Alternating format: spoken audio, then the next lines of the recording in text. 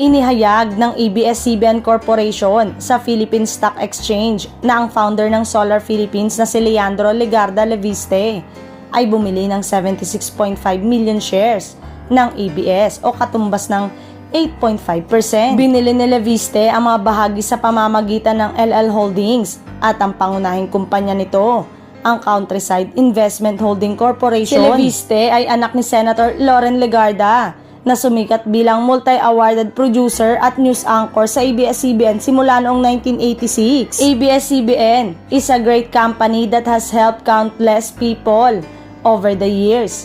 I hope there may now be a way for us to be of help for the benefits of ABS-CBN shareholders and employees and the media industry of the Philippines, ayon kay Leviste.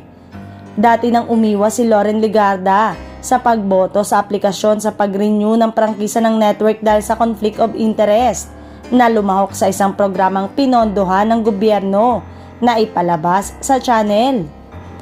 Gayunpaman, si Loren Legarda ay nagpahayag ng suporta para sa ABS-CBN noong July 2021 at itinaguyod para sa muling pag-file ng franchise renewal bill.